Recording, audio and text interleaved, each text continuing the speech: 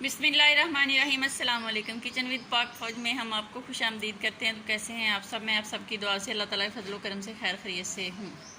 तो जनाब आज शहजाद के एक और दोस्त आए और इसको गिफ्ट दे के गए हैं। वो क्या हैं वो भी आपको बताते हैं। तो जनाब आप सबको बताना था कि मेरी तकरीबन आज 2 दिन से कमेंट्स जो है ना वो ऑफ़ हो जाती हैं। तकरीबन रात को 10 बजे ऑन होती हैं और सुबह 11 बजे ऑफ़ हो जाती हैं। पता नहीं क्या वजह है।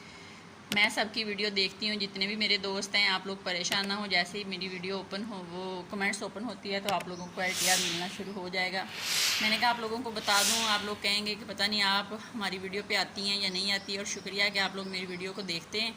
यहाँ पे जनाब गिफ्ट का जो थैला है वो खुलने लगा है। देखते हैं इसके अंदर से क्या निकलता है, और खोल के इसको टब के अंदर डालेंगे और फिर इसको धोएंगे और फ्रिज में रखेंगे, ठंडा करेंगे और खाएंगे।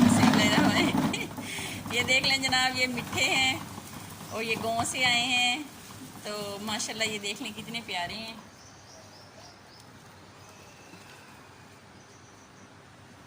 इनको ठंडा करके धो के और फिर इनको खाया जाता है। तो ये बहुत मज़े के होते हैं।